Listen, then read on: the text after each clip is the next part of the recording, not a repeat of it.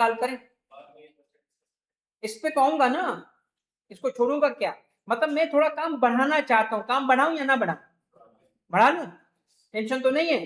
चले रेट निकालें, master sheet से रेट निकालें। मास्टर शीट से रेट निकालें और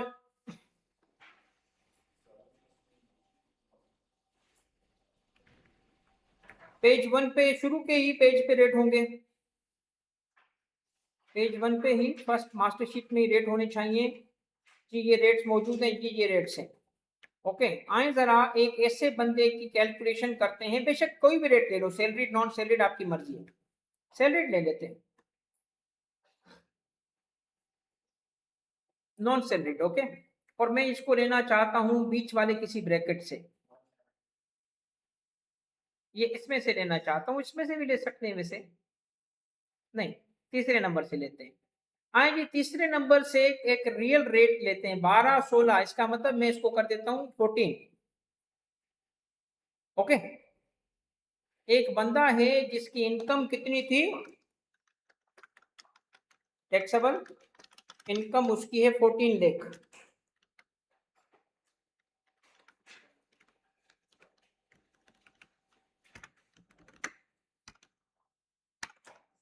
आप जरा इसकी इनकम पे टैक्स निकालने कितना बना, टेबल को देखें और इनकम पे देखें टैक्स कितना बना।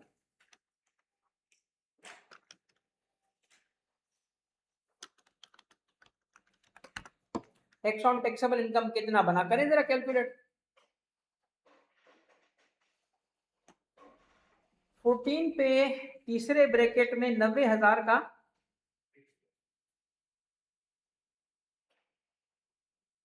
फिक्स टैक्स होगा और एक्सीडिंग 12 पे 20% होगा। तो एक तो फिक्स टैक्स आ गया,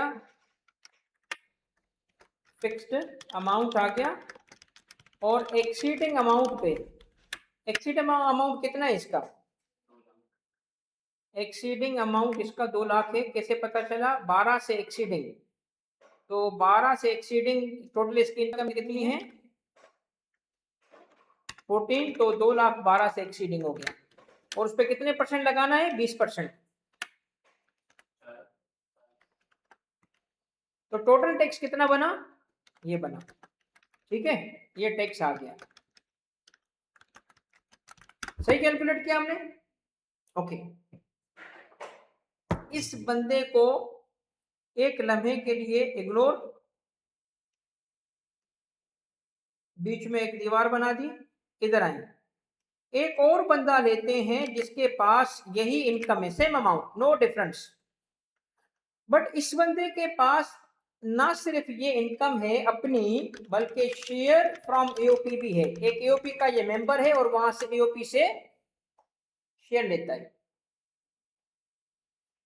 सही है, क्या लेता है, शेयर फ्रॉम एओपी। ओके बेटा, ऑनलाइन वालों समझ आ रहा है। और हम 6 लाख रुपए, कोई ज्यादा नहीं, बस 6 लाख रुपए उसको वो शेयर दिला देते हैं वहां से। ओके, 6 लाख रुपए उसको शेयर फ्रॉम एओपी आ रहा है, क्योंकि ये एओपी का मेंबर है। यहाँ क्लियर है। अब इंपॉर्टेंट पॉइंट्स आएंगे, 2-3 बहुत इंपॉर्टेंट पॉइंट्स आएंगे, उसको समझना है, फार्मूला समझना है, सवाल हो गया। असल में शेयर फ्रॉम एओपी, ये जो अभी हम कैलकुलेशन करेंगे, ये आप अभी लर्निंग शुरू हो गई है, मैंने इसलिए कहा कि जो अभी सिखाऊंगा वो सवाल पे अप्लाई करोगे तुम। ये वही है ना, अदीब जैसा सवाल है ना, वैसा ही हो गया ना। ये उसी लिए मैं लाया हूं, ताकि आपको असल सवाल सिखाने से पहले कॉन्सेप्ट बनाऊं। अपनी इनकम भी है, शेयर फ्रॉम एओपी भी है, इसके लिए है। ओके, अब एक बात सुनिएगा, एओपी के लिए, अब ये बात अगर किसी ने नहीं, क्योंकि मैंने आपको कहा था मैं न्यूमेरिकल में रहते हुए सिखाऊंगा, वो टाइम आ गया है। एक पॉइंट सुन लो, एओपी ने जब टैक्स पे कर दिया है अपनी इनकम पे, तो पे करने के बाद जो शेयर डिस्ट्रीब्यूट हुआ, क्या बोला, यही है, लॉ में लिखा है कि शेयर फ्रॉम एओपी एग्जेम्प्ट है, तो ये इनकम उसकी हो गई टैक्सेबल, ये इनकम हो गई उसकी एग्जेम्प्ट। क्लियर? अब मैं आपसे सवाल पूछता हूं, इस केस में टोटल इनकम कितनी है उसकी? 20 लाख। टैक्सेबल कितनी है? 40। सही? अब सुनिएगा, ऐसा ही है, सही है, बिल्कुल सही बोला। दोस्तों तवज्जो से ये बात सुनिएगा आप मेरी, क्योंकि यही आपका पहला प्रॉब्लम हल करेगा, फिर दूसरा प्रॉब्लम हल, फिर पूरा एओपी हल। फिर मैं चैलेंज करता हूं जितने सवाल करने जाके कर लो, मगर जहां पे बच्चा फंसता है ना, उस बच्चे को उस लेवल पे लाके और सॉल्यूशन देने तक मैं पहुंच गया हूं। अब आपको पहले प्रॉब्लम का हल देने जा रहा हूं। अगर शेयर फ्रॉम एओपी एग्जाम्प्ट है तो उस पर टैक्स हम भी नहीं लगाएंगे, मगर कहता है जो शेयर फ्रॉम एओपी लेगा ना, क्या लेगा? उसके रेट कैलकुलेशन का फार्मूला दूंगा। तो हम इस बंदे को यूं नहीं करेंगे कि इसका जैसे ये कैलकुलेशन की थी ऐसे नहीं करेंगे कि जी अच्छा जी टैक्सेबल 14 लेके तो रेट निकालो, रेट के हिसाब से 90, 40, 1,30,000। No no. क्यों? क्योंकि इसके पास ये आ चुका है, इसने क्या कर दिया, इस पे स्पेशल रेट अप्लाई करवा दिए। क्या अप्लाई करवा दिया? स्पेशल रेट अप्लाई करवा दिया। किस चीज ने स्पेशल रेट अप्लाई करवा दिया?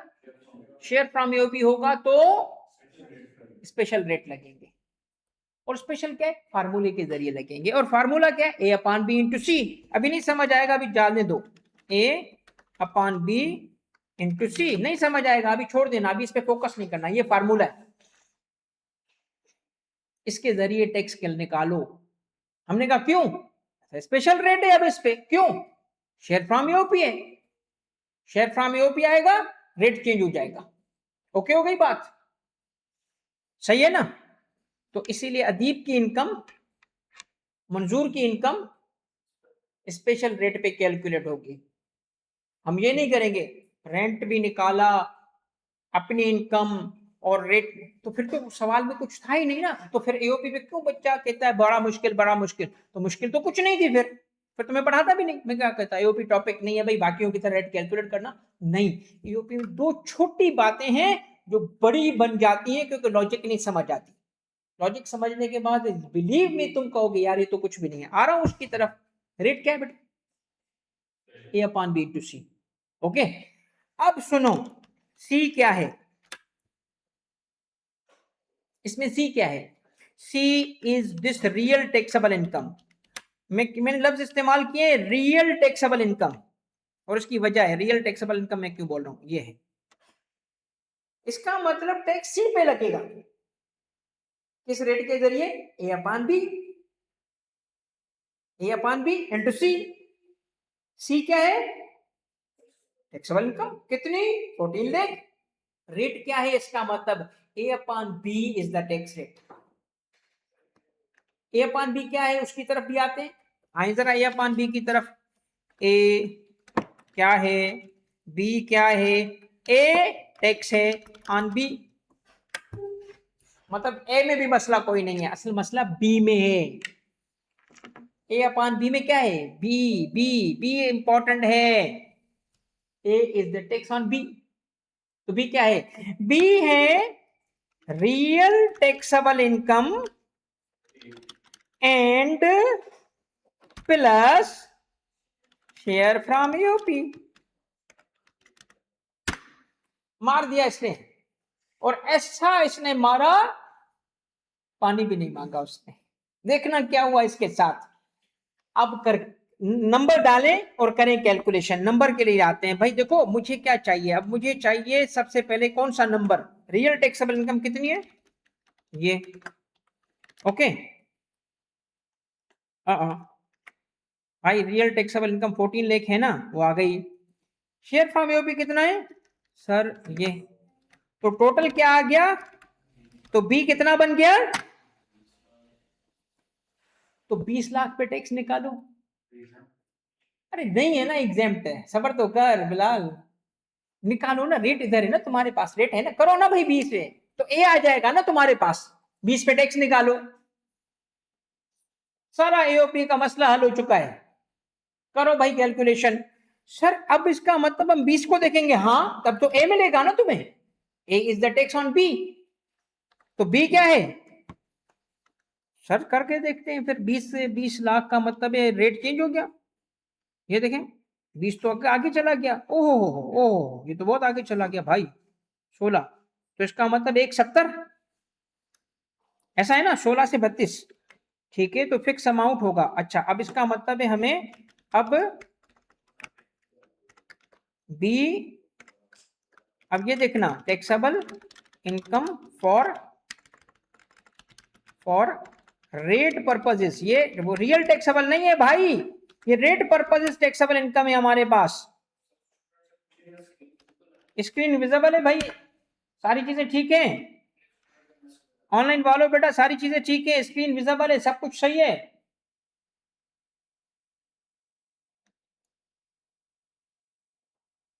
ऑनलाइन स्टूडेंट्स बेटा कश्मला ओके बोल रही है, बाकी बोलो, है कहते सही है भाई। कौन सा स्टूडेंट है जिसको स्क्रीन नहीं दिख रही बेटा, रिकनेक्ट करो जल्दी से। अच्छा बेटा ये आ गया टैक्स, अब टैक्स निकालेंगे फिक्स अमाउंट,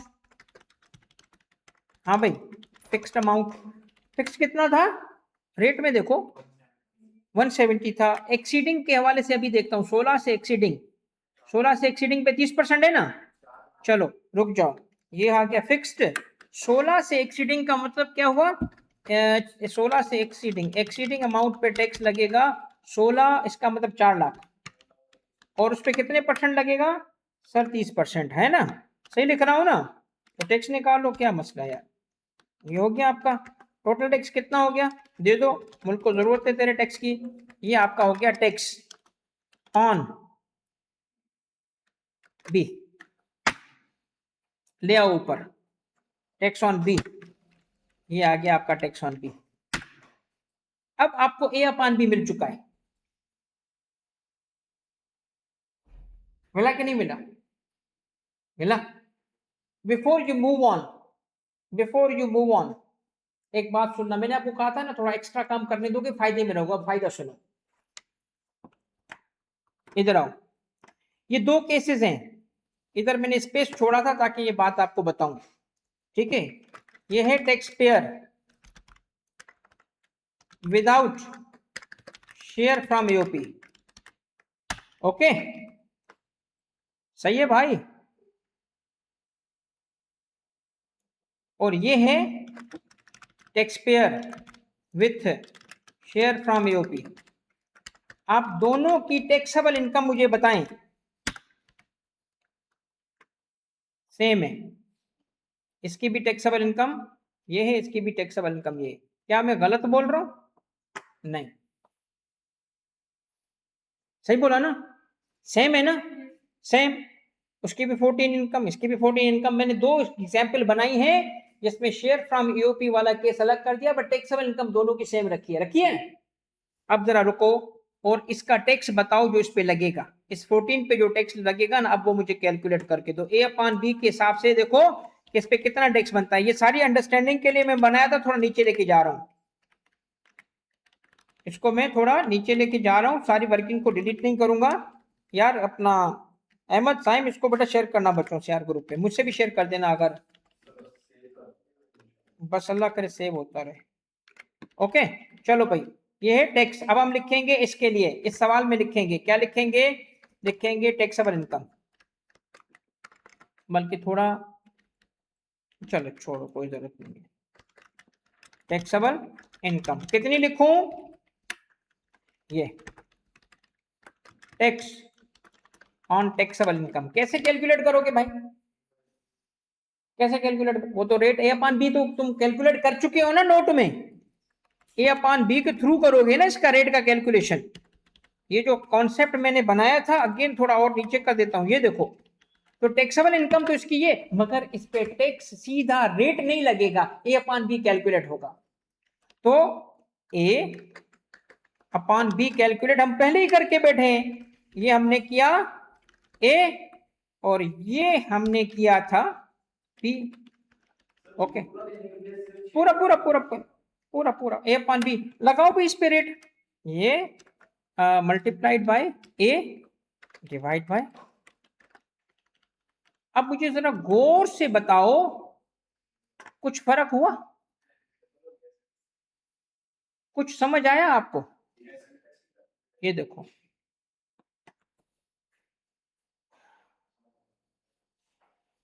थोड़ा नोट कर लो आप बेशक, तो मैं आपको इसकी अंडरस्टैंडिंग डेवलप करवाता हूं।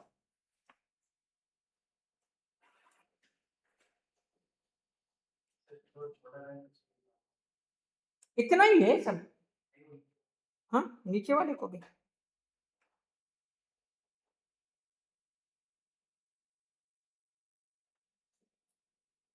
दिल नहीं कर रहा यार इसको छोड़ने का, ये इतना ही होना चाहिए बस।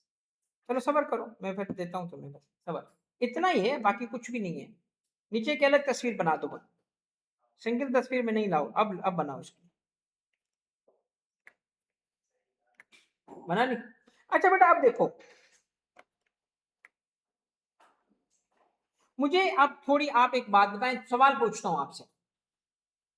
दो एग्जाम्पल्स है ना, दोनों में इंडिविजुअल है कि फर्क है? इंडिविजुअल, दोनों में इनकम कितनी है? सेम। दोनों का टैक्स सेम होना चाहिए ना, नहीं है सेम। जिसके पास शेयर फ्रॉम यूपी नहीं है उसने कितना टैक्स पे किया? 1,30,000। जिसके पास शेयर फ्रॉम यूपी है कितना टैक्स पे किया? कितना जायद टैक्स पे किया? अगर यही बंदा शेयर फ्रॉम यूपी ना रखता 6 लाख का, तो इस पे टैक्स इतना ही बनता ना 31। तो इसका मतलब हुआ कि उसने सिर्फ एक एग्जाम्प्ट इनकम की वजह से 73,000 ज्यादा टैक्स दिया। किसी को समझ नहीं आई अभी तक तो सुन ले अगला जुमला, तुम्हें समझ आ गई है ना? उसने जब कहा था ना शेयर फ्रॉम यूपी एग्जाम्प्ट है, तो वो झूठ बोल रहा था। शेयर फ्रॉम यूपी एग्जाम्प्ट नहीं है, रेट बढ़ा के बाकी इनकम को टैक्स ऐसे कर दिया कि ज्यादा रेट लग गया, तो टैक्स किसकी वजह से बढ़ा? उस शेयर की वजह से। तो टैक्स किस पे लगा? उसी शेयर पे लगा ना। धोखा हो गया हमारे साथ। बनाया, मुझे पहले बना हुआ था। और भाई एक बात सुन लो, अब इसका मतलब है वो बाजार कहता है शेयर फ्रॉम यूपी एग्जाम्प्ट, तो हम भंगड़ा, और जब रेट पे पहुंचे तो हम हॉस्पिटल। चल बेटा,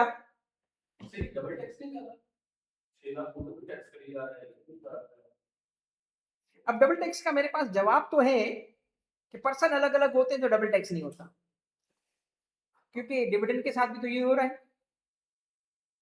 मगर आप एओपी तो ग्रिप कराने दो, कि डबल टैक्स में फंस गए, इधर आ जाओ। अब मुझे एक बात बताओ, अधिक इनकम कैसे कैलकुलेट करोगे भाई? ऐसे ए अपॉन बी टू सी, मंजूर की कैसे करोगे? ए अपॉन बी हो गया भी, यही तो है। अब आपने करना क्या है, उसकी शेयर फ्रॉम यूपी के अलावा इनकम, शेयर फ्रॉम यूपी के अलावा इनकम को टैक्स करोगे।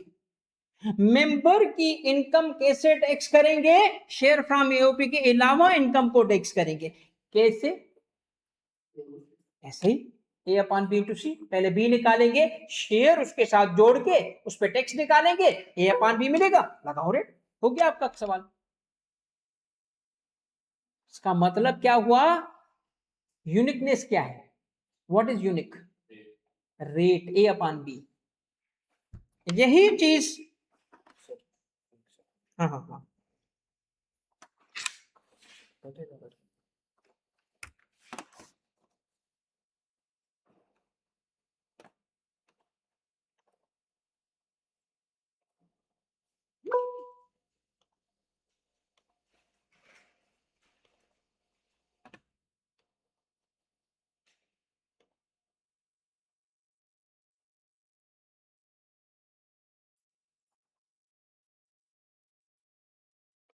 और एवरीवन इधर आ गया।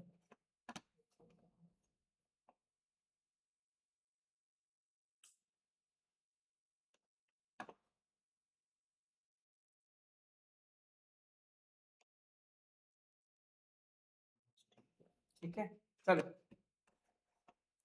बेटा यही चीज जो अभी मैंने सिखाई वो जाए जरा उस मास्टर शीट पे जो एओपी वाली मैं आपको दिखा रहा था, 10 नंबर थी, 10 नंबरी, उसमें ये इलस्ट्रेशन मौजूद है।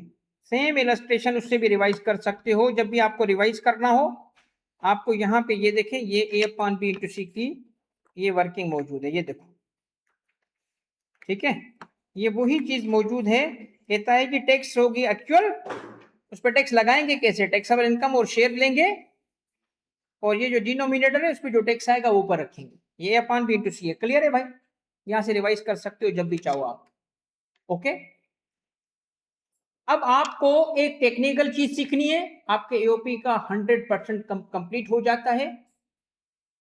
लर्निंग कुछ भी नहीं है, बस एक टेक्निक है जो सीखनी है, और वो क्या है, शेयर फ्रॉम एओपी डिस्ट्रीब्यूट कैसे करेंगे। अब सवाल में वो इस सवाल में तो मैंने दे दिया ना 6 लाख शेयर फ्रॉम एओपी है, मगर जो हम न्यूमेरिकल कर रहे थे वापस आए उस पर, इधर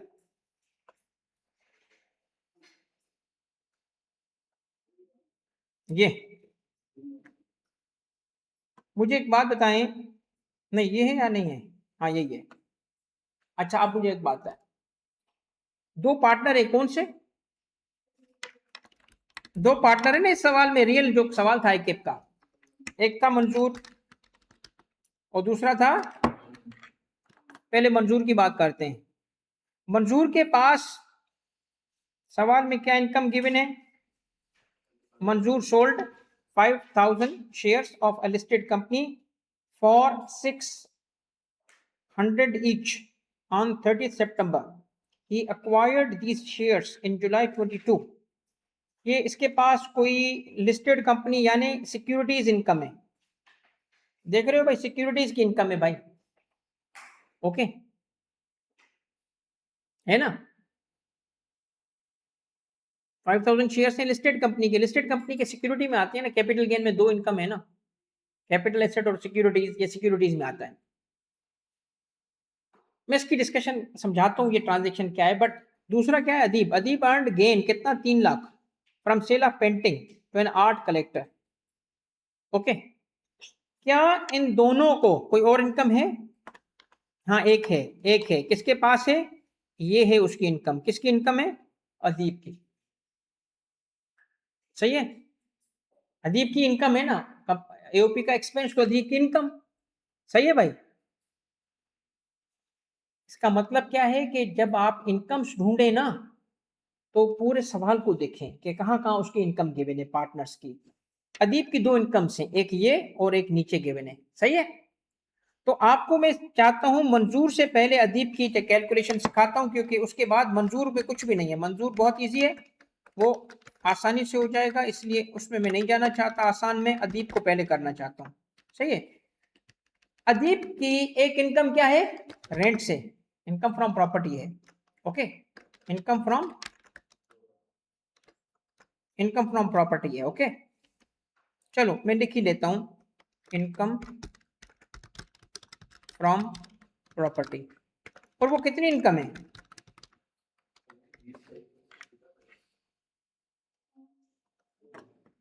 rent 15 lakh pay to Adeeb for letting out is bungalow to J, concessional rates पे था, फेयर मार्केट उसका कितने पे।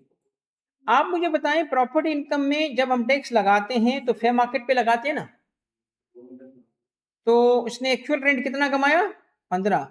जब प्रॉपर्टी की इनकम कैलकुलेशन करोगे तो रेंट कितना लोगे इसका, बताओ कितना लोगे भाई इसका, 2 मिलियन। क्यों, ये सैलरी वाला केस थोड़ी है जिसमें फेयर मार्केट अप्लाई नहीं करते, सैलरी वैलरी वाला केस थोड़ी है, ये तो 2 मिलियन ही होगा इसका टैक्स। बंगलो है ना, लेस करोगे, क्या लेस करोगे, रिपेयर गिवन हो कि ना हो ये माइनस करोगे, कितना होता है रिपेयर अलाउंस भाई, कितना होता है, 4 लाख क्यों होगा, कितना होता है, 1/5, जो कितना बनेगा इसका, 4 लाख। ऑनलाइन ठीक है बेटा, और कोई एक्सपेंस है इसका प्रॉपर्टी का, देखो जरा, नहीं है, मुझे तो नहीं दिखा, तो प्रॉपर्टी इनकम इसकी हो गई ना प्रॉपर्टी इनकम, या नहीं हुई, हो गई, चलो इनकम अंडर हेड,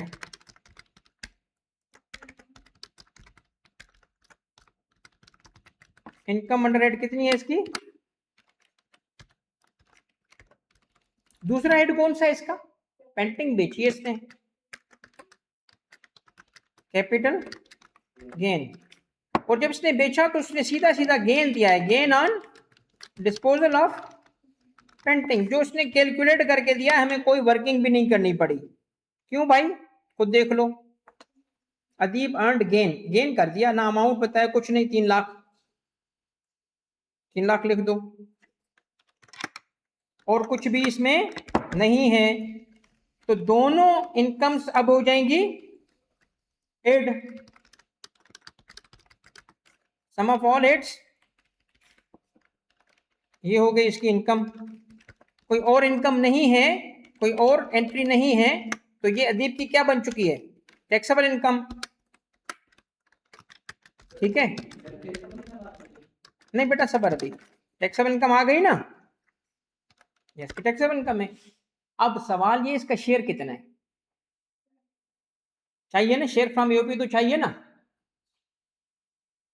वो सिखाना है बस। हाँ भाई, क्लियर?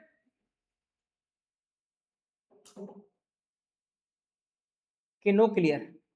क्लियर है ना भाई? आपने इसमें क्या किया, सिंपल सी कैलकुलेट। मैं बताऊं, असल में ना एओपी का सवाल मेरी नजर में बहुत आसान होता है, क्योंकि ना उसमें वो एओपी दिखा के इतना डरा देता है कि एंट्रियां बड़ी आसान पूछता है।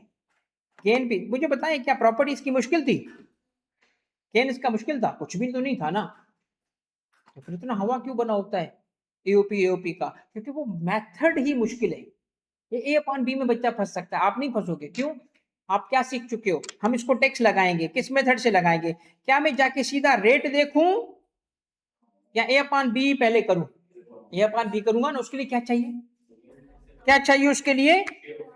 बस अब रुक जाओ बेटा, अब शेयर डिस्ट्रीब्यूट करने का तरीका है। सेकंड, दो मुश्किल बातें हैं इसके अंदर, एक सीख लिया आपने, ए अपॉन बी सीखा, और दूसरा ये सीखो बेटा कि शेयर फ्रॉम एओपी कैसे डिस्ट्रीब्यूट करते हैं।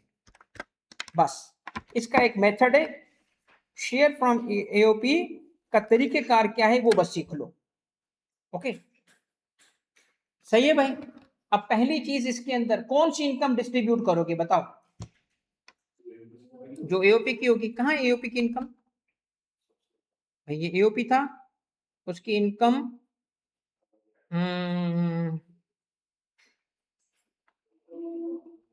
रुक जाए, डिविडेंड माइनस होने के बाद जो बचा है ना टैक्स, ये ये टैक्सेबल इनकम है इसकी। सबर रखना, मैं आपको थोड़ा सा ये, ओके, जिसको मैंने रेड कर दिया ये है ना, ओके। ये बिफोर टैक्स है कि आफ्टर टैक्स है? बिफोर टैक्स है। अब एग्जामिनर ने यहाँ पे भी दोनों ट्रीटमेंट की है पास्ट में, बिफोर टैक्स को भी डिस्ट्रीब्यूट किया है, आफ्टर टैक्स को भी डिस्ट्रीब्यूट किया है। हम्म हम्म हाँ, एक्चुअली लॉ की लैंग्वेज ऐसी है कि उसने ना बिफोर बताया ना आफ्टर बताया है। मेरे ख्याल में जो लैंग्वेज लॉ में गिवन है ना, जैसे मैं आपको बार बार दिखाता हूं, वो मैं अभी टाइम नहीं है तो उसलिए शो नहीं करना चाहता। लॉ में लिखा है अमाउंट जो मिलेगा एज मेंबर ऑफ एओपी, तो अमाउंट कौन सा मिलता है, बिफोर टैक्स के आफ्टर टैक्स? तो आइडियली शेयर फ्रॉम एओपी क्या होगा, बिफोर के आफ्टर? तो मैं आफ्टर ही पढ़ाता हूं। एग्जामिनर ने पास्ट में दोनों ट्रीटमेंट की है, दोनों ट्रीटमेंट्स हैं, लिखी हैं, बिफोर भी आपको मिलेगी, आफ्टर भी मिलेगी। मेरा ख्याल है ज्यादा बेहतर after he, after tax. Practical life में ट्रीटमेंट उनकी मर्जी है, लॉ में कुछ नहीं लिखा, जो चाहे लिखो। मैं आफ्टर क्यों लेना चाहता हूं, क्योंकि वो कम अमाउंट होता है, टैक्स पेयर के फेवर में ज्यादा है, फायदा ज्यादा होता है, कम अमाउंट मिले उसको, कम अमाउंट मिलेगा तो उसका कम रेट बढ़ाएगा। जहां पे लॉ साइलेंट हो तो टैक्स पेयर की फेवर में होना चाहिए, बिफोर टैक्स लेंगे ज्यादा अमाउंट मिलेगा, इसीलिए बेस्ट क्या है, आफ्टर टैक्स। तो शेयर फ्रॉम ईओपी के लिए हमें सबसे पहले आफ्टर टैक्स इनकम चाहिए, ठीक है? ये निकाला हमने, उस पे टोटल ये टैक्स जो है ना, एफटीआर को शामिल नहीं करते इसमें, प्लीज नोट करें, एफटीआर इसमें नहीं आता कंसीडरेशन में, एफटीआर इज इग्नोर्ड। टैक्स कितना दिया हमने इस पे, एनटीआर पे टैक्स कितना बना था, एनटीआर पे ये टैक्स बना था। तो आपके पास आ गई इनकम आफ्टर टैक्स, इसको हमने डिस्ट्रीब्यूट करना है। पहला पॉइंट बेटा ये है, जो बिफोर टैक्स लेता है गलत वो भी नहीं करता। ये बात मैं क्लियरली बता रहा हूं आप सारे बच्चों को कि बिफोर टैक्स भी गलत नहीं है, क्योंकि लॉ में दोनों का मार्जिन मौजूद है। मैं समझता हूं बेहतर ये है कि आफ्टर टैक्स लिया जाए, उसकी वजह यह है कि टैक्स पेयर के हक में ज्यादा फायदेमंद है। आगे बढ़े अब जरा तो जी जी बेटा, एनटीआर वाला माइनस कर दिया सर आपने टैक्स। एनटीआर ही माइनस करूंगा ना, एफटीआर तो नहीं किया मैंने माइनस। एनटीआर एनटीआर इनकम में एनटीआर का टैक्स ही माइनस करूंगा ना, एफटीआर इग्नोर हो जाएगा। Okay sir. हाँ भाई, अब मुझे एक बात बताओ बस, सबर सबर सबर, एक एक मुझे इसमें बताओ, मुझे मेरे पास जो इनकम है एओपी की, एक को 25% दे दूं, एक को 75% दे दूं, खत्म हो गई बात? नहीं नहीं नहीं नहीं नहीं, इसमें एक एक मसला आ जाएगा। क्या मसला आएगा? हाँ नहीं नहीं नहीं, वो तो दोनों पीछे क्या बचाना कुछ भी नहीं है, 0% ही होगा, क्योंकि सारी इनकम या तो ए को जाएगी या बी को जाएगी। मंजूर और दीप को ही तो पैसे मिलने हैं ना इसका, एक को 25 मिलेगा, एक को 75 मिलेगा, मगर एक सब। हाँ ना ना ना ना, एक्सपेंस नहीं बोलेंगे, क्या बोलेंगे? देखिए, क्या इस इनकम की कैलकुलेशन में मंजूर और अदीब कुछ पैसे पहले ही घर लेके गए? जी सर लेके गए। ये देखो, ये कौन लेके गया? मंजूर भाई लेके गया। किस नाम से? तवज्जो चाहिए यहाँ पे आके मुकम्मल। ये पैसे हमने एडबैक किए। मंजूर तुम्हारे पास सैलरी नहीं होगी, हम इसको एओपी के पास टैक्स करेंगे, एओपी के रेट पे टैक्स करेंगे, वो एओपी के पास टैक्स हो गई। मगर क्या मंजूर ने पैसे लौटाए? नहीं, पैसे नहीं लौटाता, सिर्फ हमने उसको वापस। तो अब मंजूर के पास उसको टैक्स नहीं करेंगे, सैलरी तो टैक्स नहीं करेंगे ना, क्यों? टैक्स हो गई, एओपी के पास टैक्स हुई, ज्यादा रेट से टैक्स हुई, मगर मंजूर ने पैसे तो नहीं लौटाए ना, कैश तो उसी के पास पड़ा है ना। तो लॉ पता है क्या कहता है? कहता है ये मंजूर के हिस्से में ही डाल दो शेयर फ्रॉम एओपी के नाम से, कि वो पैसे ले गया था, जितने ले गया था वो उसका शेयर है, काट दो। हाजी होंगी, जो जो ले जाएगा तो उसके खाते में जाएगा ना। तो दोस्तों तवज्जो से एक बात सुन लो, मंजूर और अदीब, नहीं नहीं नहीं, सबर सबर बेटा, कोई डबल टैक्स नहीं है, एक सिर्फ मुझे बात करने दो कंप्लीट।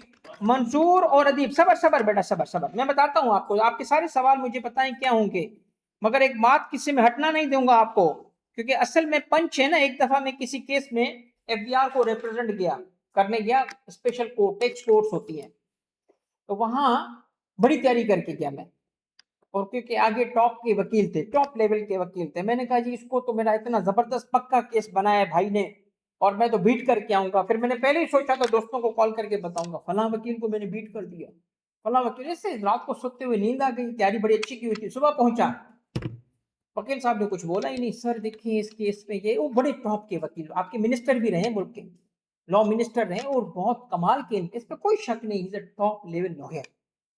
और एक केस के पता है कितने लेते हैं? कम से कम भी एक केस के ना 1 करोड़ से, वो जब कंसेशन करते हैं ना कि आपको मैं कंसेशन दे रहा हूं तो 1 करोड़ मांगते हैं।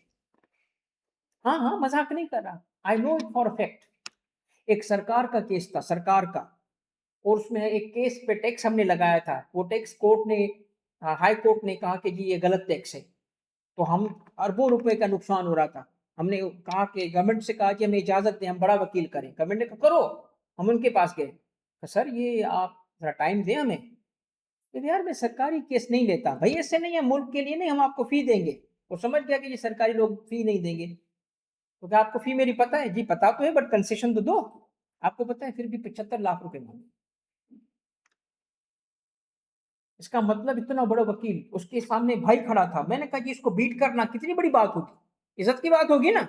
तो मैंने कहा जी बड़ा नाम बनेगा भाई का, ओए सुन ये किया मैंने, ओए सुन ये, पहले ही करते करते सो गया, सुबह उठा गया कोर्ट पहुंच गया, कोर्ट पहुंचा, उन्होंने कोई खास बात भी नहीं की, मैंने कहा गया, मजे की बात क्या, जिन जो आपके सीनियर्स होते हैं ना, अर्ली सीनियर्स, उसमें से जिसे आप सीखते हो, तो मेरे उस्तादों की जगह थे, एक सीनियर वो भी आया हुआ था। सर आपको पता है मैंने कितना अच्छा केस बनाया है?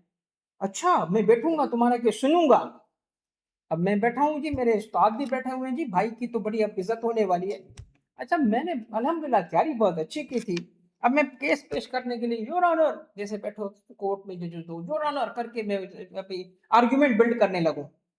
और जहां पे वो नहीं पंच आता है, आर्गुमेंट से नतीजा निकालते हैं, तो मैं ऐसे नीचे देख रहा हूँ पेपर्स को, योर ऑनर इस पर दी पेज नंबर 30, अगर आप चाहें तो मैं वो कुछ पढ़ना चाहता हूँ। तो एक आवाज आती है पता नहीं कहां से, ये क्या कहानियां कर रहे हैं आप? ये किसने बोला? किसने बोला ये इतनी लंबी क्या कहानियां हैं? ये कौन बोल रहा है? पता चला जज बोल रहा है। मैं कहा सर मेरा आर्ग्यूमेंट है। नहीं आप लोगों ने कमेटी नहीं बनाई। सर कमेटी का तो सवाल ही नहीं है, वो तो इस केस में बनती है। मैन से आप पूछें कमेटी का केस है? उन्होंने कहा नहीं जी कमेटी का केस नहीं है। उन्होंने कहा अच्छा, फिर चुप हो गया। तो मुझे लगा कि वो जज साहब जो है ना, चाहते ही नहीं है कि मैं बोलूं।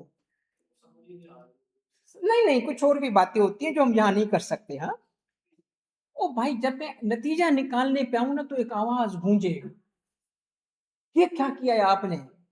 मैं समझ गया कि आज बेड़ा गर्क होगा भाई इसका, मेरा केस का। आर्ग्यूमेंट ही नहीं करने थे। अच्छा अब मेरे पास दो ऑप्शन थे, या तो बेवकूफी करूं या तो अक्लमंदी करूं।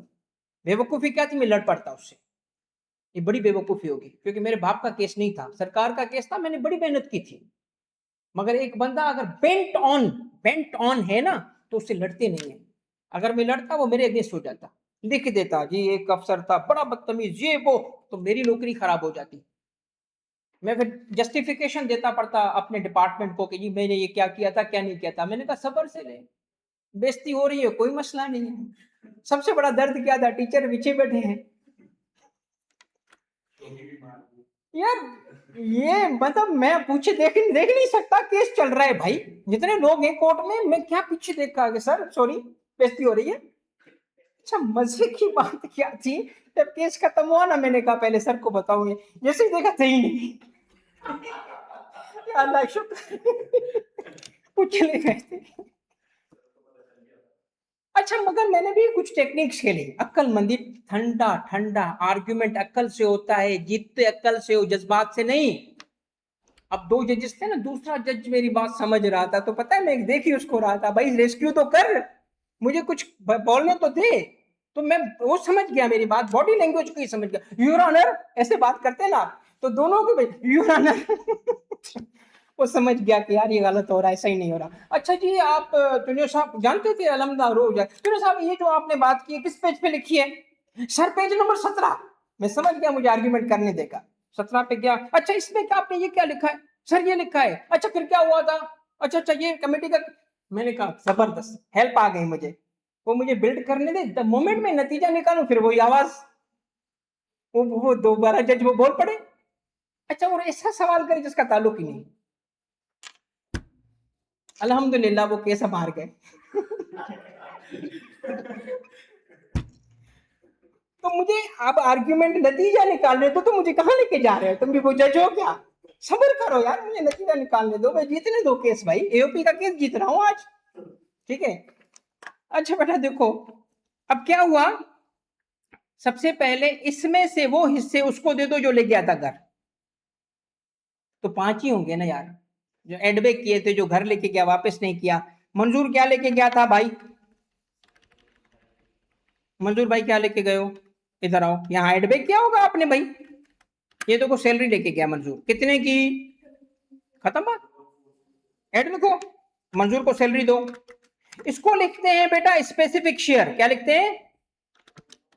Specific share. कौन सा शेयर लिया था मंजूर ने, किस नाम से लिया? सैलरी से। ले आओ भाई, मंजूर भाई की सैलरी उसी के खाते में जाएगी, मगर शेयर के नाम से जाएगी। टैक्स लग चुका है, दोबारा टैक्स नहीं करेंगे, टैक्स लग चुका ना उस पे। मंजूर को कुछ और मिला? नहीं। स्पेसिफिक शेयर किसका? अदीब का। किस नाम से था? कमीशन नहीं, कमी वो रेंट थोड़ी है, रेंट एडबैक थोड़ी हुआ था भाई, रेंट तो अलाउड है ना, वो एडबैक थोड़ी होता है। अच्छा जी, ये कमीशन कितना है भाई अदीब भाई का? 860। बस ना, बस दोनों को ऐड कर लो और इसे माइनस करो, जो उसको स्पेसिफिकली दे रहे हो माइनस करो। तो जनरल शेयर कितना बचा? ओके, तो जनरल शेयर इसको कितना मिलेगा? कितना मिलेगा जनरल शेयर? कितना मिलेगा? 25%, जो उसका रेट है, जो उसका हक है। समझ आई बेटा? जिस रेट से वो प्रॉफिट शेयर करेगा ना, उस रेट से अब उसको शेयर दे दिया जाएगा। ओके, और उसको जनरल शेयर कितना मिलेगा? ये बेटा आपका नारे तकबीर हो गया है। किसको लेस करोगे? अब माइनस किया ना यार मैंने उससे, नहीं। सबर सबर सबर बेटा, मैं कहीं एरर कर रहा हूँ। सबर बेटा, सबर सबर। ना ना, रुको रुको रुको बेटा, सबसे पहले रुको। जनरल शेयर के लिए मैं फिगर जो ला रहा हूँ ना, ये सबर करो, ये स्पेसिफिक प्लस ये जनरल टोटल हो गया, माइनस करो तो जनरल मिलेगा। सही बेटा, मैं गलत फिगर यूज कर रहा हूँ। ये है जनरल शेयर। जज्बाती ज्यादा ही हो गया हूं मैं। बचत हो गई, एओपी का केस हारते हारते बच गया हूं। ये सही कैलकुलेट हुआ है? नहीं, इसका 25 मिला और इसको इसका 75 मिलेगा। बेटा अब शेयर फ्रॉम एओपी आपको मिल चुका है, वो यूज करो फार्मूला में। लाओ इधर, इसकी ये टैक्सेबल इनकम है और शेयर फ्रॉम एओपी है। आगे शेयर फ्रॉम एओपी, किसका शेयर फ्रॉम एओपी है? ये अदीब का। अदीब को एक तो ये एक स्पेसिफिक मिला और दूसरा जनरल मिला, ये शेयर हो गया। आगे ये अपन भी खुद कर लोगे। देखो, अदीब के पास शेयर फ्रॉम एओपी कितना है? कैसे आपने कैलकुलेट किया? स्पेसिफिक कमीशन वाला और जनरल वाला मिला लो, शेयर हो जाएगा ना। सर कहाँ ऐड है? डिस्ट्रीब्यूशन हो रही है। मुझे एक बात बताओ, अब सबर करो, सबर, मुझे बस एक पॉइंट हाईलाइट करने दो। शेयर फ्रॉम यूपी डिस्ट्रीब्यूट करते हुए पहले स्पेसिफिक शेयर माइनस होगा, फिर जनरल डिस्ट्रीब्यूट होगा। ये स्पेसिफिक शेयर क्या है? ये वो अमाउंट है जो लोग अपने घर ले गए पार्टनर्स, किस नाम से? 5 नाम से, और वापस नहीं किया। एडबैक तो हमने किया कैलकुलेशन में, मगर कैश वापस नहीं आया, तो उन्हीं के पास अब वो पैसे चले जाएंगे, खाते भी उसी के में डाले जाएंगे, मगर स्पेसिफिक शेयर के साथ। अदीब कमीशन लेके जा रहा है 680 का, वो उसी के खाते में as specific share from UP जा रहा है। मंजूर को एक 1.14 मिला, वो भी उसी के खाते में एज जा रहा है। ये दोनों टोटल इनकम से माइनस करेंगे हम, तो जो बच गया वो शेयर 25 और 75 के हिसाब से हमने डिस्ट्रीब्यूट कर दिया। 25 और 75 के हिसाब से दोनों मिला ले, उस बंदे का ये शेयर बन गया। अब मुझे अगर कोई आप में से एक भी रिपीट कर दे ना, शेयर कैसे डिस्ट्रीब्यूट करते हैं, सबसे पहले क्या उठाएंगे? टैक्सेबल इनकम, उससे क्या माइनस करेंगे? टैक्स। तो हमें क्या मिलेगा? Income after tax. उसमें से पहले क्या माइनस करेंगे? स्पेसिफिक शेयर, और जो बाकी बच जाएगा उसको कैसे डिस्ट्रीब्यूट करेंगे? प्रॉफिट शेयरिंग रेशो से। फिर जब शेयर मिल गया है तो ये अपन भी तो पहले ही सीख चुके हो, उसके हिसाब से ये अपन भी करेंगे। मंजूर की वर्किंग नहीं करूंगा क्योंकि वो वर्किंग होगी भी नहीं। अदीब की वर्किंग होगी। कैसे वर्किंग होगी? ये टैक्स है ना, ये सी है, आपको सी ए और बी चाहिए ना। सबर तो सबर सबर, मैं आता हूं उसकी तरफ। ये है इसकी टैक्सेबल इनकम, अदीब की टैक्सेबल इनकम सी है, सी है ना इसकी टैक्सेबल इनकम। ए हम बाद में कैलकुलेट करेंगे, मगर बी इन दोनों का ऐड करेंगे। शेयर को इससे ऐड किया, ये आपका बी मिल गया। इन दोनों को ऐड कर लो और जो टैक्स लगाओ वो ए पे आ जाएगा। कर लोगे? अब ये तो कर लोगे, कर लोगे ना बेटा? सही है ना? अब बेटा एक आखिरी बात सुन ले बस। ये वही सेम रिपीट हो रहा है ना जो पहले मैंने यहां किया था। ये ये ये है ना। अच्छा, शेयर डिस्ट्रीब्यूशन में इशू है ना। देखो समझाता हूँ सबर करो। ये है इनकम टोटल, ओके है ना। इसको हमने बांटना है कितने लोगों में, 2 में। अगर इसका कंपनी के पास हम देखें तो 11.9 मिलियन की टोटल इनकम है। हमने कहा अच्छा इसको भी बांट सकते हैं मगर पहले टैक्स माइनस कर लो। सही किया, टैक्स माइनस किया। अब ये हमारे पास आ गया इनकम आफ्टर टैक्स। इसको बांटेंगे ना हम, किसमें, 2 लोगों में। मगर एक मुझे बात बताओ, दोनों लोग कुछ पैसे पहले ही घर लेके गए ना।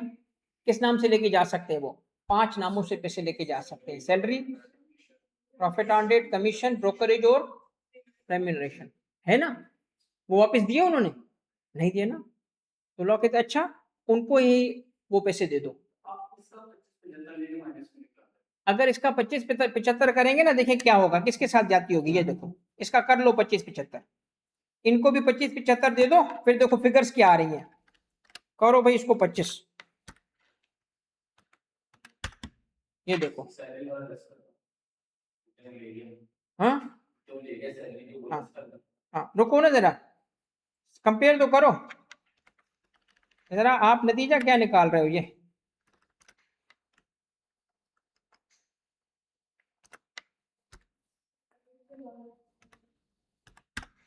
अब देखें जरा।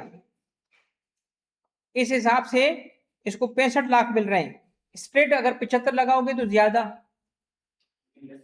नहीं नहीं नहीं, किससे लेस करेंगे। हाँ भाई, नहीं नहीं नहीं नहीं, आप जहां पे सोच रहे हो ना, मेरी बात सुने पहले। सबसे इंपॉर्टेंट बात क्या है, इस पूरी कैलकुलेशन के अंदर बांटने कितने, टोटल को, टोटल पानी के गिलास ही 3 है, तुम 4 कैसे बांट सकते हो। जब टोटल पैसे डिस्ट्रीब्यूट होने हैं कितने, ये, तो आप तो तो पैसे उसके पास गए ना। लॉ सिर्फ उसका नाम चेंज कर रहा है, सैलरी नहीं शेयर है ये। क्योंकि लॉ सैलरी को नहीं मानता है, शेयर को मानता है। कहता अच्छा पैसे ले गए ना, शेयर के नाम से ले लो, शेयर के नाम से ले लो, ये शेयर है तुम्हारा। कमीशन नहीं, शेयर है। ब्रोकरेज नहीं, शेयर है। तो जो जितने ले गया उसी के पास जाएंगे ना यार। अगर आप उसको नहीं एलोकेट करोगे तो दूसरे से जाती हो जाएगी ना। अब इसमें ये पैसे लेके ज्यादा गया है मगर आप उसको कम दे रहे हो, ये कम पैसे लेके गया है उसको ज्यादा दे रहे हो। तो भाई फेयर तो रहो हर किसी के साथ, क्योंकि जितना शेयर ज्यादा होगा उतना नुकसान ज्यादा होगा उसका। हर किसी को उतना नुकसान दो ना जितना वो बर्डन उठा सके।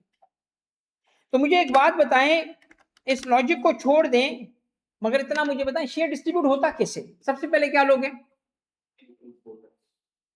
सबसे पहले लोगे इनकम, उससे क्या माइनस करोगे, टैक्स। क्या मिला हम तुम्हें, बिफोर टैक्स भी डिस्ट्रीब्यूट कर सकते हो, बार बार बोल रहा हूं। सबसे पहले क्या माइनस करोगे, जो स्पेसिफिक शेयर लेके गया था। किस नाम से स्पेसिफिक शेयर जा सकता है, 5 नामों से जा सकता है। सैलरी, ब्रोकरेज, कमीशन, इंटरेस्ट और अदर रेम्यूनरेशन। ठीक, वो माइनस हो गया, हर किसी के खाते में वो चला गया। जो बाकी बच गया वो कैसे डिस्ट्रीब्यूट करोगे, जो प्रॉफिट शेयरिंग रेशियो होगा उससे। तो नहीं मिलेगा, हाँ ना। जो पैसे जिसने लिए थे वो उसके खाते में जाए ना, दूसरे के खाते में क्यों जाए। नहीं तो अच्छा है ना, वो जो लेके ही नहीं गया तो क्यों कम हो। सपोज कर लो साइम, ये देखो बेटा, सपोज कर लो आप एक जगह पे 100 रुपए कमा रहे हो मगर एक पार्टनर को कुछ भी नहीं मिला। 100 रुपए में दूसरे ने कहा नहीं मैं सैलरी लूंगा, तो ए ने कहा था मैं सैलरी लूंगा, सैलरी में वो 20 रुपए पहले ही लेके जा चुका है। सोचो, तो 20 रुपए वो लेके गया है, तो 20 रुपए माइनस करके बाकी का आपको बी को हिस्सा मिले ना यार। लॉजिक क्या है, आप नहीं करो इस तरह, ना करो। अगर आप ना करो, नहीं करोगे ना, देखो 20 इसमें 80 से माइनस हुए, 100 से 20 माइनस हुए, 50-50 था। इसके पास कितना है 40, इसके पास कितना है 40, तो इसको मिलेगा कितना 60, उसको मिलेगा 40। तुम कहते हो नहीं इसको भी 50 दो उसको भी 50 दो, बी ने क्या कसूर किया यार।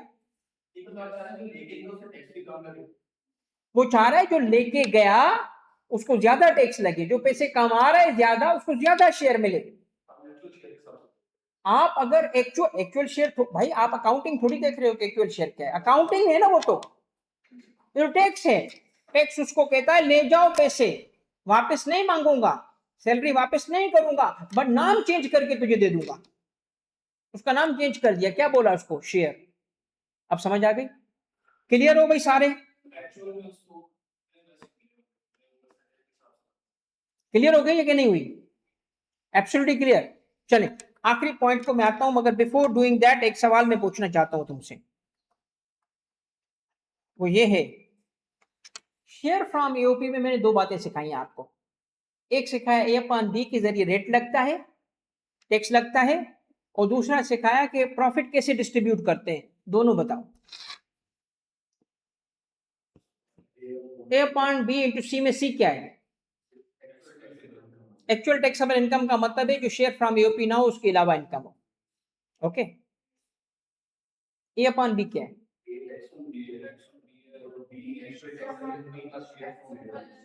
बी इज टैक्स जिसमें एओपी का अमाउंट शामिल करके बढ़ा दिया ताकि टैक्स बढ़ जाए, रेट बढ़ जाए ताकि ज्यादा रेट लगे। ओके, ए अपॉन बी इंटू सी क्लियर है सबका। प्रॉफिट कैसे डिस्ट्रीब्यूट करते हैं, टोटल इनकम उठाई, टैक्स माइनस किया, आफ्टर टैक्स इनकम में से सबसे पहले वो हिस्सा उसी को दिया जो लेके गया, जो बच गया उसको हमने प्रॉफिट शेयरिंग रेशियो से माइनस किया। सबको समझ आ चुका है, क्लियर है दोस्तों। ए अपॉन बी की आखिरी पॉइंट सुन लो, अगर किसी बंदे की इनकम, अगर किसी बंदे की इनकम स्पेशल रेट्स पे टैक्स होगी, जिसके रेट्स अलग गिवन हो, जैसे सिक्योरिटी के रेट्स अलग है, इमूवेबल प्रॉपर्टी के रेट्स अलग है, एफटीआर के रेट्स अलग हैं, जिसके रेट्स अलग से दिए गए हों, चाहे वो मेंबर ऑफ एओपी क्यों ना हो, उस पे ए अपॉन बी नहीं होता। ए अपॉन बी इंटू सी उस इनकम पे नहीं होगा जिसके रेट्स अलग से गिवन होते हैं, स्पेशल रेट्स होते हैं, जिसके रेट अलग गिवन है, स्पेशल रेट है, टेबल वाले रेट नहीं है, अलग रेट गिवन है। तो जरा आप लुक बैक और सोचो किसके रेट्स अलग है, क्या क्या आपने रेट्स अलग पढ़ा था बताओ। सिक्योरिटीज के रेट अलग हैं, टेबल है ना, कैपिटल गेन का शीट उठाओ उसमें सिक्योरिटी के रेट अलग है ना, अलग रेट्स, या नॉर्मल रेट है या स्पेशल रेट्स हैं, और वो रिड्यूस्ड है या नॉर्मल है, रिड्यूस्ड है ना, नॉर्मल रेट्स है ना। तो मेरा पहला सवाल क्या है कि ए अपॉन बी उस बंदे पे भी नहीं करेंगे जिसके पास स्पेशल रेट वाली इनकम हो। कौन सी इनकम हो, तो स्पेशल रेट्स की लिस्ट तो बनाए जरा। एफटीआर सारा स्पेशल रेट है, पांचों के पांचों अलग हो गए, ए अपॉन बी नहीं होगा उसका। पांच कौन सी इनकम है एफटीआर की, dividend, bonus shares, royalty, FTS, और 5 मिलियन से कम वाला, 5 या 5 मिलियन से कम वाला इंटरेस्ट। और कौन सी इनकम है स्पेशल रेट्स वाली, सिक्योरिटीज और इमूवेबल प्रॉपर्टी। याद है इमूवेबल प्रॉपर्टी के रेट भी अलग है। ओके, तो उनके वही रेट होंगे जो लॉ में गिवन है, उस पे अपन भी नहीं करेंगे चाहे वो मेंबर ऑफ एओपी क्यों ना हो। ओके, तो रेट गिवन है लॉ में, सीधे सीधे वो रेट लगाओ, ये अपन भी थोड़ी होगा, जो रेट उसके लिए बाकियों के लिए उसके लिए भी वही है। शेयर पे नहीं लगेगा ना टैक्स, शेयर एग्जाम्प्ट है, शेयर एग्जाम्प्ट है, तो बाकी इनकम में। एक सेकंड बेटा, कौन बात कर रहा है, नाम किसका आ रहा है, अदीप, नहीं अदीप तो सवाल में है सर। आज के लिए एओपी तक ही होगा सर। अकील बेटा सबर कर, पहले मुझे कंक्लूड करने दे, जैसे तुम बोलोगे वैसे ही करेंगे। ये देखो जरा देखो बेटा, मंजूर की इनकम क्या है,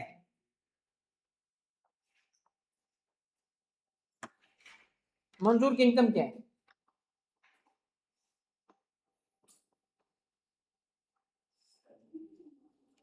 कहाँ है, सैलरी थोड़ी है वो उसकी, शेयर फ्रॉम यूपी है वो, एग्जाम्प्ट। कैपिटल गेन है। दो दफा टैक्स करोगे, पहले टैक्स दे चुका है, जब आपने एडबैक किया तो इनकम में गया, टैक्स लगा, उसके बाद वापस मिला, किस नाम से मिला, शेयर फ्रॉम यूपी, उस पर टैक्स थोड़ी है।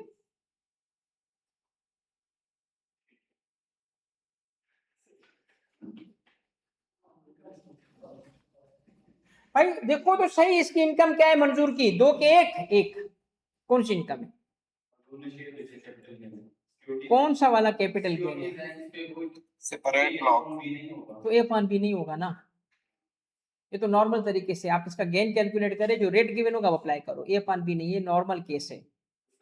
पहले गेन कैलकुलेट करो, गेन कितना है इसका भाई 5,000 शेयर्स हैं और उसने बेचे 600 रुपए, अक्वायर किया था उसने कितने पे?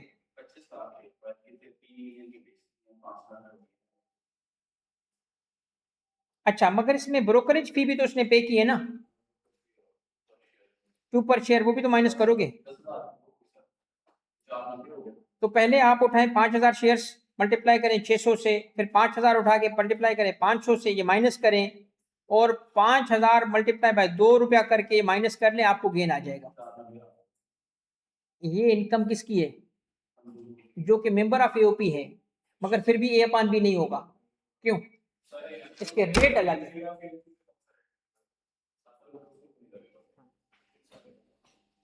शेयर फ्रॉम एओपी एग्जेम्प्ट है,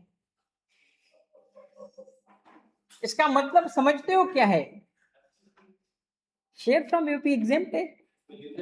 अब इसका मतलब क्या हुआ कि शेयर फ्रॉम एओपी सिर्फ उसी को मारेगा जिसके पास दूसरी टैक्सेबल इनकम वो हो जिस पे नॉर्मल रेट लगता है। अगर वो दूसरी इनकम उसकी स्पेसिफिक रेट वाली है तो बच गया। फिर आप जो नतीजे निकालने निकाल लो। अब मैं आपको फेयर नहीं हुआ फिर। जी बेटा, ये फेयर तो नहीं हुआ फिर। हिलाल बेटा दोबारा बताओ। मैं बोल रहा हूँ सर, ये फेयर तो नहीं हुआ फिर। हाँ, फेयर नहीं हुआ। मुझे बताओ, जिंदगी फेयर है? मुल्क फेयर है? तुम्हारे आसपास फेयरनेस चल रही है? वो टैक्स की फेयरनेस तुम एक्सपेक्ट करते हो यार? पांडे जी कमाल करते हो। भाई सही है, सीधी सी बात है, नहीं है फेयर तो नहीं है। पेपर को तो हम पास कर लें, लेकिन पैसा कमाता रहेगा, टैक्स भी नहीं देगा। ओ भाई, आपको पता है दुनिया का सबसे बड़ा टैक्स डॉजर कौन है जिसने टैक्स नहीं दिया? बताऊं? सर सुने एलोन मस्क भी नहीं देता। नहीं, मस्क तो कमाल का बंदा है, मस्क तो 1 रुपया टैक्स नहीं देता। मस्क तो एक वो भी मैंने सुना है शेयर सही सही कह रहा है, खरीद बिल्कुल के सही आगे कह रहा है। बेचता मस्क रहता है। 1 रुपया टैक्स नहीं देता, 1 रुपया नहीं। तो वो शेयर ऑप्शंस में इन्वेस्ट करता रहता है। हाँ आगे सेल कर दी फिर। हाँ, नहीं नहीं, वो शेयर ऑप्शन में भी नहीं करता। उसका मॉडल तुझे मैं बताता हूँ। तुमने चूंकि ऐसे बंदे की बात कर लिया जिसकी मैं इज्जत करता हूँ। भाई सिस्टम को इस्तेमाल करते हैं, कौन सा बुरा करते हैं। ओके, मगर मैं एक और बड़ा डॉजर बताता हूँ, ठीक है, जो इस वक्त दुनिया का मोस्ट पावरफुल पर्सन है, यूएस प्रेसिडेंट ट्रंप। ट्रंप ने कमाल का काम किया है। एक तो वो टैक्स देता ही नहीं है, ऊपर से खुद अपने मुल्क में अपने ही इदारे से सीक्रेसी की अभी पिछले हफ्ते उसने ऑर्डर पास करा दिया। अपने मुल्क के एफबीआर, उनका आईआरएस कहलाता है, उन्होंने कहा जी अब हम आपसे कभी नहीं पूछेंगे कि अपने रिकॉर्ड को डिक्लेयर करो। उससे आए दिन लोग पूछते थे कि तुम्हारे बारे में सुना है तुम टैक्स नहीं देते, अपने तुम प्रेसिडेंट हो, पब्लिक करो अपने रिटर्न्स, पब्लिक करो अपने डॉक्यूमेंट। वो कहता मैं क्यों करूं, मैं बिजनेसमैन भी तो हूं। तो कैसे यूज किया इन्होंने भाई? सिस्टम को यूज किया ना। आखिरी बात सुनो, मैं यहीं पैड करूंगा तुम लोगों का हाल देख के। ट्रंप से पहले ये जो इलॉन मस्क की बात कर रहा है, पता है मस्क क्या करता है? क्या करता है बताओ? आपने कहा वो अपनी कंपनी से सैलरी नहीं लेता, सैलरी देगा तो टैक्स लग जाएगा। शेयर्स होते हैं ना, शेयर्स, बोनस शेयर लेता है, डिविडेंड भी नहीं लेता। बोनस शेयर लिए लिए ना, बोनस शेयर्स लिए। यूएस में बोनस शेयर पे टैक्स नहीं है, हमारे मुल्क में है। वहां पे बोनस शेयर्स पे टैक्स नहीं है। फिर पता है क्या करता है? बोनस शेयर बेचता नहीं है, बेचेगा तो फिर गेन आएगा, टैक्स लग जाएगा। वो उन बोनस शेयर्स को रेंट पे रखता है, ठीक है। शेयर्स को एज अ सिक्योरिटी देता है बैंक को। किसे देता है सिक्योरिटी? बैंक को। शेयर्स की सिक्योरिटी देके लोन ले देता है, वो पैसे का उस पे चलता है, उस पे चलता है। लोन पे टैक्स है, लोन पे टैक्स है, कमाल नहीं करता। 1 रुपया टैक्स, किसी जगह उस पे इनकम है ही नहीं।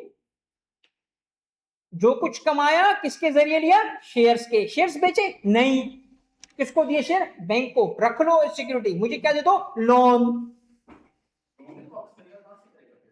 अगली सदी में जब वो लोन वापस करेगा ना, तब तक वो मर चुका होगा। उसको क्या परवाह मरने के बाद? उसको नस्लों की परवाह है? सर अगर पागल हो गए हो तुम, नस्लों सेपरेट की? ब्लॉक इनकम, हाँ बेटा, सेपरेट ब्लॉक इनकम का किसने जिक्र किया? उसको मैं सर अगर शाबाशी दूंगा। उससे पैसा आएगा ना, हाँ, तो वो भी टैक्सेबल नहीं होगा। नहीं बेटा, टैक्स तो और लगेगा ना, सेपरेट FTR ब्लॉक का अलग रेट होगा ना अकील। नहीं, इसमें इस केस में हाँ हाँ, इस होल्डिंग केस में पीरियड पे डिपेंड करता है। मेंबर ऑफ एन एओपी ने सेपरेट ब्लॉक इनकम है, तो ये सेपरेट ब्लॉक थी ना उसकी सिक्योरिटी वाली, उसका भी तो रेट है ना कुछ, या उसका रेट नहीं है? माफ थोड़ी है। शेयर फ्रॉम एओपी पे टैक्स नहीं है, उस सेपरेट ब्लॉक पे तो टैक्स है ना बेटा। जी वो तो मुझे पता है, मैं इसलिए पूछ रहा था। अकील, मैंने सोचा था कि तूने सोचा कि सरदार खुश होगा, शाबाशी देगा। नहीं सर, ऐसा तू कुछ गोली नहीं खा, है, अब ये ला गोली खा। हाँ, समझने के लिए आया ना यहाँ पे। सर ट्रम्प भी आपका फेवरेट है? ट्रम्प बिल्कुल फेवरेट नहीं है। ट्रम्प जो है ना वो सर वो फेवरेट है जालिम एक चीज में ना, कभी था। सर जालिम लोग हैं। नहीं, कभी था जब वो सुना था कि ट्रम्प जंगे नहीं करता, पिछले टर्म में एक भी जंग नहीं की उसने। इस ट्रम्प का जो था ना वो नहीं नहीं, मगर सर मजे की बात इसकी अभी भी छोटा ये है। मुंह बड़ी बात। हाँ बेटा, सर छोटा मुंह बड़ी बात, लेकिन ये जो जितने भी इलीट्स है ना, जिनको हम फॉलो करते हैं, वो हमारे हक में कोई भी बेहतर नहीं है। क्यों करें? मैं तो कहता हूँ हमारे हक में क्यों करें जब हम खुद अपने हक में नहीं करते। भाई सीधी सी बात है, नहीं मुझे सर, एक बात बताओ। अकिल सुन, आपने वो नहीं मस्क की आपने बायोग्राफी पढ़ी है? आइजैक्सन ने मस्क की एक बायोग्राफी लिखी, ये देखो बेटा। सर ये जैसे बिल गेट्स है। हाँ हाँ, बिल गेट्स की भी बात करो। आई थिंक इसको लिखते हैं आइजैक्सन। एक सेकंड रुको, आइजैक्सन बायोग्राफी, ये है आइजैक्सन ऑन मस्क। बेटा ये ना दुनिया के, ये आइजैक्सन जो है ना वो इस वक्त टॉप लेवल का बायोग्राफर है, सीएनएन का प्रेसिडेंट है। इसने बहुत बायोग्राफीज लिखी है। मैंने इसकी काफी सारी बुक्स पढ़ी थी, जिसमें मेरी फेवरेट इससे पहले वो थी जो इसने एप्पल का फाउंडर था उस पर लिखी थी, जॉब्स। जॉब्स जो था ना, जब जॉब्स की आखिर में उसको वो कैंसर हुआ था, पैंक्रियाटिक पता नहीं क्या था, तो जॉब्स के बारे में कहते हैं कि उसने इसको कॉल की कि भाई मैं चाहता हूँ मेरी बायोग्राफी तुम लिखो। तो उसने कहा आपकी कहानी तो अभी चल रही है, आप तो अभी इस वक्त पीक पे हो, मैं बायोग्राफी उस वक्त लिखूंगा जब डिक्लाइन करो या रिटायर हो जाओ, कहानी आपकी मुकम्मल नहीं हुई, मुकम्मल हो तो लिखूं। फिर इसने एक दफा दोबारा इसको कॉल की, जॉब्स ने आइजैक्सन को, कि भाई अगर तुमने लिखनी है तो मैं अवेलेबल हूँ, मैं टाइम दूंगा तुम्हें। इसने दोबारा वही जवाब दिया। तो कहते हैं कि जॉब्स की वाइफ ने उसको कॉल किया था आइजैक्सन को कि देखो keep it secret but he is dying. तो no one knew until then के जॉब्स जो था उस वक्त बीमार था। और जॉब्स की डेथ भी एक अजीब सी बात है, क्योंकि पता है जॉब्स की एक सबसे बड़ी गलतफहमी क्या निकली, कि मैं जो सोचता हूँ वो हो जाता है। बिकॉज उसकी लाइफ में ऐसे हुआ था, जो सोचता था वो हो जाता था। तो उसने कहा आई विल थिंक और मेरी बीमारी खत्म हो जाएगी। तो इसीलिए उसने सर्जरी नहीं कराई थी साल तक, and the situation aggravated, he died, he passed away. उस सारी डिटेल उसके बाद द मोमेंट आइजैक्सन को पता चला ना कि भाई Jobs is ill, he is cancer, तो वो उसके साथ यूं चला घुमा, उसकी रिकॉर्डिंग की, और then he wrote a book on him. और one of the best biographies थी मेरी। मगर जब इसको मैंने पढ़ा ना तो मुझे ये और ज्यादा अच्छी लगी, मस्क की। आपको पता है जब मुझे पता चला कि जी मस्क पे भी लिख रहा है, तो मुझे वेट करना पड़ा था तकरीबन कोई 1.5 साल तक, यार किताब आई तो पढ़ो, ठीक है। और I was one of the earliest buyers in Pakistan के, पढ़ो इसको भाई, पता चले ना ग्रेट लोग क्या करते हैं। आपको पता है ये मस्क जो है वो कहाँ पैदा हुआ था? South Africa. अफ्रीका जवाब गलत, साउथ अफ्रीका करेक्ट, क्योंकि इतना जवाब तो फिर तो दुनिया में पैदा हुआ था, ये भी तो बोल सकते थे। है? आपको पता है, आपको अगर इंटरेस्टिंग चीज बताऊं, वेरी इंटरेस्टिंग चीज, स्टीव जॉब्स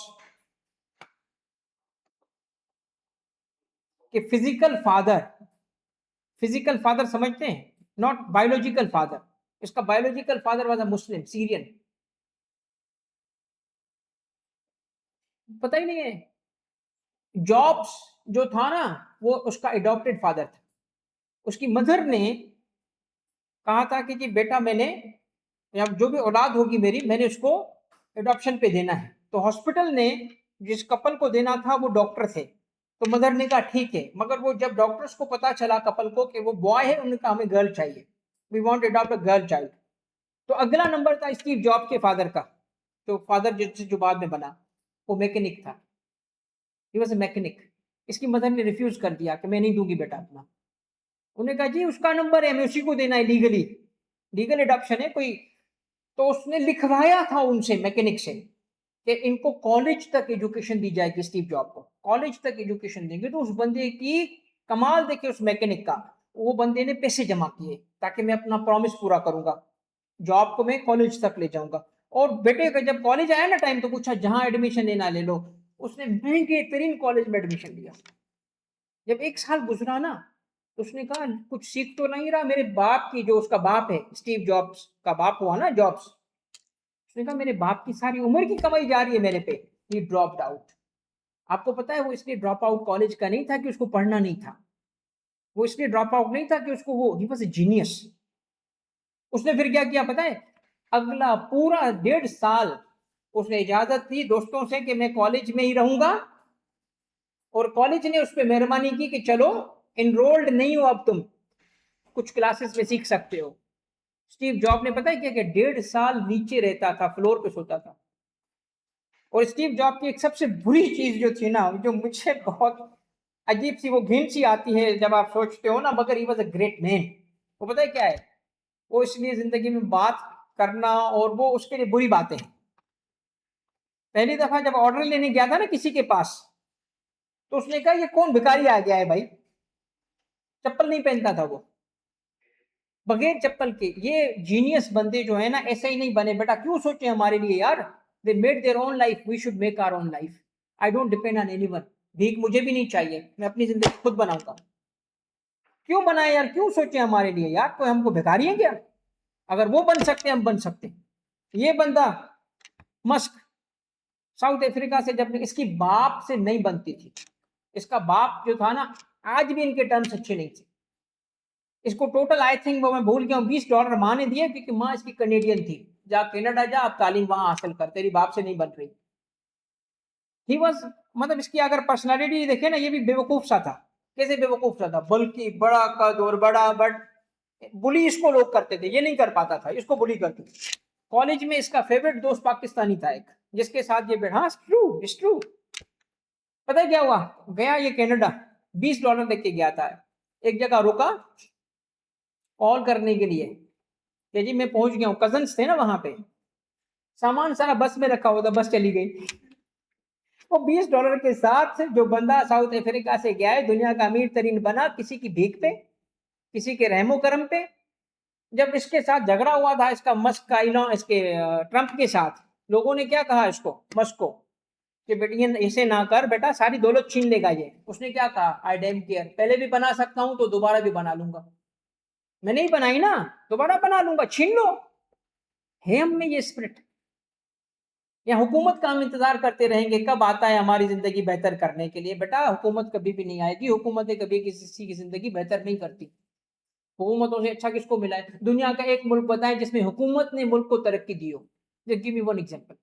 आप कहेंगे चाइना, मैं कहूँगा चाइना का तुम्हें पता है? सिंगापुर, सारा प्राइवेट सेक्टर, सारा प्राइवेट सेक्टर है, लोग खुद तरक्की करते हैं, हुकूमतें नहीं कराती तरक्की। ये हमारे जैसे बेवकूफ लोग हैं जो हुकूमत के इंतजार, सारी जिंदगी गुजर जाएगी, हुकूमत कब आएगी, कभी नहीं आएगी। सर थाईलैंड, हाँ बेटा, थाईलैंड थाईलैंड मेरा फेवरेट कंट्री। अच्छा, उसमें हुकूमत ने तरक्की की है, वाह भाई, सारे लोग हैं। मैं ये देखो, मैं तो क्या था ना, आपको बताऊं, one of the best people in the world, seriously मजाक नहीं कर रहा, हम्बल, हम्बल। और एक अजीब सी बात है, तू गया कभी सक में हो थाईलैंड की?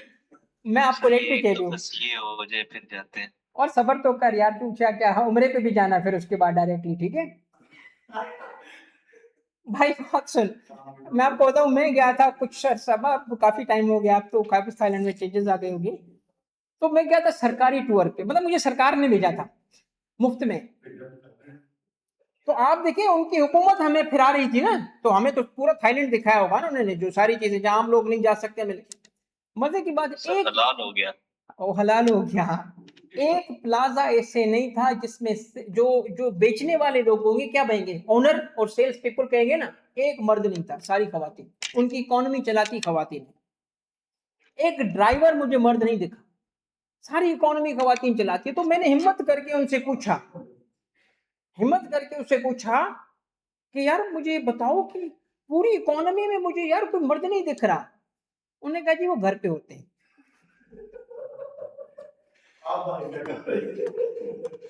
चलो भाई, थैंक यू, मैं यहाँ स्टॉप करता हूँ। कल हम दोबारा मिलेंगे। कल का टाइम, मेरा बात सुन लो भाई, एक सेकंड, आप में से कोई मुझे नंबर दे दे, अहमद, आप दोनों में से। सर थाईलैंड हम इकट्ठे जा रहे हैं इंशाल्लाह। हाँ, कल छुट्टी करोगे तो मैं घर से पढ़ाऊँ ना, मैं तुम लोगों की वजह से आता हूँ, घर से पढ़ा दूंगा, घर से पढ़ा दूं। अरे ऑनलाइन आ जाऊंगा, क्या मसला है। नहीं नहीं, क्या तूने मुझे ख्वारी करना है इधर बुला के, ओ उधर से आता हूँ मैं। अच्छा भाई चलो, मेरी बात सुन लो, रुको रुको रुको यार, मेरी ये आज नाइट दूसरी सेशन क्लास नहीं भी हो है, मैं सकता? घर जाके एक और क्लास लूंगा इस हालत में। सर ये रात टाइम नहीं हो सकती क्लास? रात को भी हो सकती है बेटा, 4 बजे रखें सुबह को। सर सुबह भाई मैं फारिग बैठा हूँ, मैं इस्लामाबाद में अकेला रहता हूँ, मेरी फैमिली जा चुकी है कराची वापस। तुम्हारी फैमिली क्या है, तुम्हारी फैमिली है, अम्मी बोलती है जा दूध लेके आ, और क्या। चलो बेटा एक काम करते हैं, हम इस तरह करते हैं, देखो देखिए देखिए मेरी बात सुनिए, हम इस तरह करते हैं, कल का टाइम जो है ना वो फिक्स करेंगे ग्रुप में। हम इस वक्त जो एक मनाबी का ग्रुप है, एक एसटीटी का ग्रुप है, और एक वो जो मास्टर क्लासेस करके फ्री ग्रुप है, तीनों में टाइम में रात को 10 बजे से पहले अनाउंस कर दूंगा। 2 पॉसिबिलिटी है, टाइम तो इवनिंग ही होगा। इवनिंग का मतलब है ये कोई 2:30-3 बजे के करीब क्लास रखूंगा, 2:30-3 बजे के, 3 बजे हो सकता है क्लास रखूं, मगर क्लास ऑनलाइन होगी या फिजिकली आऊंगा ये मैं ग्रुप में बताऊंगा। चांसेस यही है कि ना हो, तो यही नहीं आ रहे। नहीं, ज्यादा लंबी क्लास नहीं होगी सर एक सेल्स टैक्स का मॉडल बनाऊंगा, एक सवाल करवाऊंगा, आपका काम हो जाएगा। सैलरी का इतना आसान है, एक शीट आज ही शेयर करता हूं मैं आपसे, नहीं करूं, खुद बनाऊं, ओके, मेहनत करूं इस तरह। अच्छा ठीक है भाई, तो चलो सैलरी और वो है ना उसके लिए, उसके बाद अगला मंडे भी है, फिर ट्यूसडे भी है, 6 बजे से लेके मैं यहाँ आ जाऊंगा, और जो आप कहोगे 9, 10, 11 बजे तक मैं इधर ही बैठूंगा, और जब तक एग्जाम नहीं होता तब तक मैं 6 बजे से लेके 11 बजे तक आपके पास अवेलेबल हूँ, बस चाय पिलाते रहना। सर जो शीट आप साथ साथ बनाते हैं उस पे ज्यादा समझ भी आती ठीक है बेटा, मैं साथ साथ बनाता जाऊंगा, कोई टेंशन नहीं है। जी जी थैंक यू। एमसीक्यू में आपसे एक शेयर करता हूँ, मुझे काम करना ना, मुझे आज 11:30 तक कुछ जागती हो ना, मुझे मैसेज करना, ताकि वो मैं उसको अलग कर लूँ, कुछ उस पर सॉर्टिंग बाकी है, तो मैं आपसे शेयर करूंगा कल ही, ठीक है। सर इसके अलावा हम अपनी तरफ से क्या करें, न्यूमेरिकल वगैरह? बेटा आप जितने भी बच्चे हैं वो सुन लें, पास्ट पेपर सिर्फ 4 नहीं, अगर पुराने भी अवेलेबल हैं, आप कहें तो मैं पुराने जो है वो शेयर कर देता हूँ। आप अगर कम से कम भी मेरी, अगर आप एक बात माने, 2 काम करें, जो आपने आज पढ़ा ना, एओपी पढ़ा, बिजनेस पढ़ा, या जैसे जैसे आप प्रैक्टिस सीखते जा रहे हो, कम से कम 2 सवाल खुद करो, कोई से भी 2 सवाल करो कम से कम, और फिर रिवीजन पे फोकस रखो। हर सवाल को पेपर पे करना जरूरी नहीं है, 2 सवाल पेपर पे करके बाकी पेपर पढ़ो, ट्रीटमेंट पे तवज्जो कर लो, क्योंकि मेथड आपने सीख लिया है, मेथड सीख लिया ना, 2 कर लो बस, और बेस टेक्निक बताऊं, उन 2 को 2 दफा करो बस, सर आपने ये उनको दोबारा करो, फॉरवर्ड किए? उससे पता है क्या होगा, पहली दफा थोड़ा स्लो थे, पहली दफा थोड़ी दिक्कत की, सेकंड टाइम फास्ट करोगे कॉन्फिडेंस बढ़ जाएगा। बहुत बड़ी नंबर करने के बजाय 2-2 सवाल करके रिमेनिंग सवाल को रीड कर लो बस, और रिवीजन रिवीजन और रिवीजन, जो रिवीजन मास्टरशीट से रिवीजन करते रहो बेटा। आपको अगर नहीं पता होगा ना कि कहाँ 4% है, कहाँ 20% है, कहाँ कौन सी चीज है, तो फिर फायदा नहीं है ना प्रैक्टिस का, क्या करोगे प्रैक्टिस करके। जी बेटा। सर रिटर्न असेसमेंट अपील में मसले हैं थोड़े। बेटा वेंसडे या थर्सडे, नहीं मे बी ट्यूसडे बेटा, ट्यूसडे सबर करो, ट्यूसडे पे मैं आपको थ्योरी की रिवीजन कराऊंगा। एक पॉइंट बता दें, ये ब्रॉड फॉरवर्ड टेक्स्ट का तो एक भाई पूछ रहे हैं वो बार बार, कौन सा बेटा? ब्रॉड फॉरवर्ड प्रीवियस ईयर से हो तो फिर उसका क्या करना है? इनकम टैक्स में, सेल्स टैक्स में? इनकम टैक्स में सर। देखो ब्रॉड फॉरवर्ड इनकम टैक्स में कहाँ, कौन सी वाली बात कर रहे हो, जो मिनिमम टैक्स की बात कर रहे हो? सर वो 6 मंथ तक वो हो सकता है नहीं इस नहीं तरह। नहीं नहीं नहीं, ये कुछ और बात है। नहीं, हिलाल नहीं, इनकम टैक्स की सर, बात कर रहा है, तो मिनिमम एक टैक्स है। लाख की है। नहीं नहीं बेटा, मुझे पहले बताइए कहाँ से, किधर से पढ़ के सवाल कर रहे हो? किसी पास पेपर में है, किसी नोट्स में दोस्त है? पूछ रहा है सर, ये बार बार हाथ उठा रहे वो। कौन है मुझे बता दो। वो ये अली नाम है उसका, अली तो माइक बुलाओ। तुम्हें कैसे पता चला अली माइक उठा हुआ है? नजर आ रहा है अली किधर है भाई? तू यार अली कमाल करते हो, हिलाल को बोलते हो वो सवाल करे, तुम खुद खामोश बैठा। अली बड़ा अक्लमंद इंसान है, मेरा भी ऐसा दोस्त हुआ करता था। इंट्रोवर्ट है सर जी वो। इंट्रोवर्ट नहीं है यार, किधर है? 2 थप्पड़ मारूंगा सीधा हो जाएगा। अली बात सुन। अच्छा मेरा एक दोस्त था बड़ा चालाक, अकेडमी में हम साथ होते थे ना, जो मुश्किल सवाल जिसपे गड़बड़ हो सकती है, गड़बड़ हो सकती है ना, नाराज हो सकते हैं ना कि ये क्या आपने अजीब सी बातें पूछने शुरू की, तो उस पर वो फिर आपका ना गड़बड़ भी हो सकती है। वो सवाल मेरे कान में बोल रहा था, अरे ये पूछ, अरे कि मैं अकलमंद, मैं उसका अब्बा, मैं भी चालाक था ना, क्यों तुझे मुंह नहीं है, तू खुद पूछ। मैं समझ जाता था कि ये तो उसने भी, अली ने भी तुझे आगे कर दिया बेटा हिलाल, ताकि तेरी बेइज्जती हो जाए। अली किधर है यार? वो भी नहीं बोल आपकी रहा। बेइज्जती हमारे लिए मोहब्बत है। अच्छा खुश रहो यार। अली जब तक आगे नहीं आएगा मैं घर नहीं जाऊंगा। अली अली माइक बुलाओ। किधर है यार अली? 1 सेकंड सर, क्वेश्चन ढूंढ दो। हाँ अब बता बेटा अली, क्यों, कौन सा वाला है? तो मैंने क्या समझ आ रहा है, कौन सा वाला? देखिए बेटा मिनिमम टैक्स, मिनिमम टैक्स, वही मैंने कहा ना, मिनिमम टैक्स ही होगा और कोई ब्रॉड फॉरवर्ड नहीं होता, क्योंकि ब्रॉड फॉरवर्ड का मतलब समझते हैं क्या? रिफंड। इनकम टैक्स के ब्रॉड फॉरवर्ड को समझो, इनकम टैक्स ब्रॉड फॉरवर्ड हो ही नहीं सकता ना। इनकम टैक्स ब्रॉड फॉरवर्ड क्यों नहीं हो सकता? ये देखें जरा, थोड़ा मैं मिनिमम का भी बताता हूँ बेटा। ये देखें, हमने टैक्स पे किया, ये देखो हमने टैक्स था हमारे पे 100 रुपए, ब्रॉड फॉरवर्ड कैसे होगा भाई? टैक्स हो ही नहीं सकता, हमें तो पे करना पड़ेगा। मगर हमने टैक्स एट सोर्स पे किया था, एट सोर्स पे करते हैं ना, विद होल्डिंग टैक्स पे किया होता है, वो था 120, यानी हमने ज्यादा पेमेंट कर दी। टैक्स बन कम रहा है, पे ज्यादा हो गया, तो 20 रुपए क्या है बेटा? इसको बोलते हैं रिफंड। ये आगे जाता नहीं है, ये कैश में वापस होता है। तो ब्रॉड लेकिन फॉरवर्ड सर का ये कॉन्सेप्ट नहीं है। मैं बताता हूँ बताता हूँ, तो सब नहीं है। आज बेटा तो बेटा बताता हूँ, ये है नॉर्मल कॉन्सेप्ट।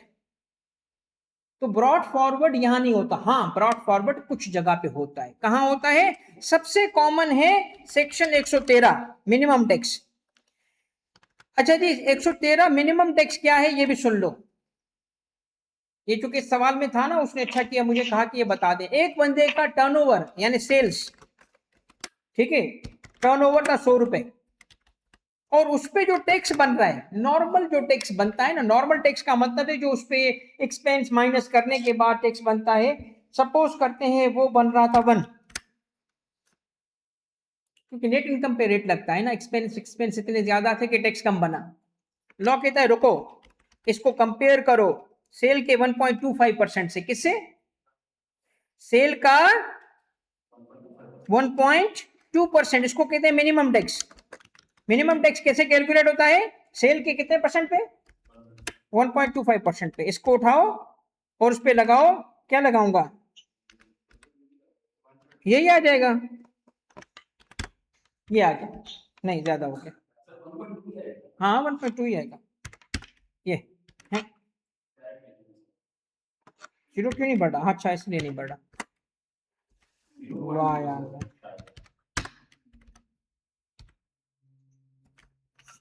सर 1.25 होगा ना? जी जी बेटा 1.25 होगा।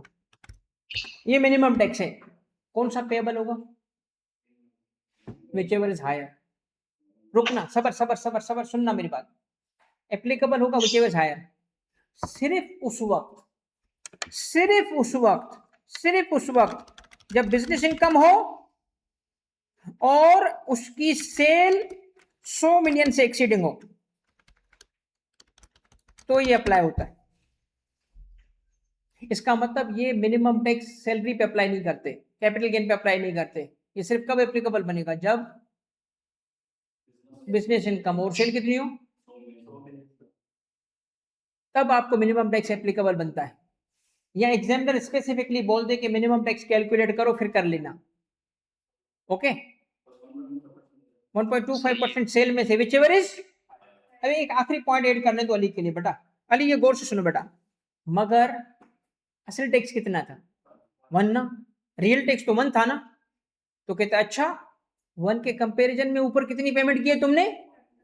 ये कैरी फॉरवर्ड कर दो, ये अगले साल माइनस करना। अब 0.25% क्या कहलाएगा? Carry forward. मिनिमम टैक्स एक किस्म का एडवांस टैक्स है, जितना बनता है उतना देने के ऊपर जब मांगता है ना भाई, एक्चुअल टैक्स तो मेरा 1 था ना, ऊपर 1.25 ले रहा है, तो 0.25 ज्यादा हो गया। 1 तो देना था ना मुझे, मगर गवर्नमेंट को कैश फ्लो चाहिए, करंट ईयर में मुझे बजट चलाना है, मुल्क चलाना है। तो कहता है अच्छा मुझे हर बिजनेस पर्सन से जो कि 100 मिलियन से ऊपर की सेल रखता है 1.25% सेल का चाहिए ही चाहिए, हर साल चाहिए, इस साल चाहिए। अगले साल उसका जो 1.25% कम बना, रियल टैक्स ज्यादा बना, तो पिछले साल वाला मिनिमम टैक्स माइनस करना होगा। तो करंट ईयर की लायबिलिटी से वो ब्रॉड फॉरवर्ड माइनस होता है। क्लियर? हिलाल क्लियर बेटा? ओवरऑल मैंने इसलिए कहा कि जी बेटा, आईकेप ने सेल से 2 अमाउंट्स डिडक्ट किए हैं। आईकेप ने सेल्स के अमाउंट से 2 अमाउंट्स डिडक्ट किए हैं, उसके बाद ये मिनिमम टैक्स लगाया है सर। एडजस्टमेंट होंगी ना बेटा, एडजस्टमेंट। मगर माइनस तो किया ना, आपको क्या माइनस किए थे, क्या एडजस्ट किए थे, वो मैं डिस्कस कर लूंगा आपसे। ठीक है, कॉन्सेप्ट क्लियर? अली भाई कॉन्सेप्ट क्लियर है? और यार अली बात सुन, अगर वाकई तो इंट्रोवर्ट है ना बेटा, तो एक बात सुन बेटा, मैं भी इंट्रोवर्ट हुआ करता था। अब आपको यकीन आ रहा है कि मैं इंट्रोवर्ट था, अभी भी हूं। ठीक है, इंट्रोवर्ट किसको कहते हैं? जो बंदा जो है सेंसिटिव हो। ओके, ऐसा है ना, इंट्रोवर्ट लोग सेंसिटिव होते हैं, शायरी करते हैं, मगर जिंदगी में जितनी तकलीफ इंट्रोवर्ट देखते हैं ना, आपको अंदाजा नहीं है। तो इसीलिए बेटा चाहता हूं कि तू भी इस इंट्रोवर्ट होने से निकल आ। तो मैं कैसे निकला था पता है? मुझे पता था मैं इंट्रोवर्ट हूं भाई, क्योंकि घर वाले कहते थे कि ये तो हमारा शहजादा बच्चा है, ये तो पढ़ाई करेगा बस, तो कोई काम ही नहीं देते थे। तो छोटे भाई की जिंदगी सबको पता है क्या होती है, किसके बराबर होती है? कुत्ते के। सीधी सी बात है। मगर मैं छोटा होने के बावजूद भी बच गया। ओ भाई, छोटे होने के बाद भी बच गया मैं। क्यों बच गया? क्योंकि मुझे तो काम ही नहीं देते थे, कहते छोटा भाई पढ़ाई इसके डिस्टर्ब नहीं करो, सारे काम। अब जब रियल लाइफ में आए तो यार बात ही नहीं करना है, यार सिचुएशन हैंडल ही नहीं करना है। फिर हमने क्या किया, हमने कहा सीखेंगे। ऐसे क्या बात हुई, तो नया नया फोन मिला था भाई को, मैंने कहा कॉन्फिडेंस बनाने का तरीका ये है कि रॉन्ग कॉल कर, रॉन्ग नंबर। और जो गालियां पड़ी, अलमान अलफीज भाई, सीखा ना, सो व्हाट।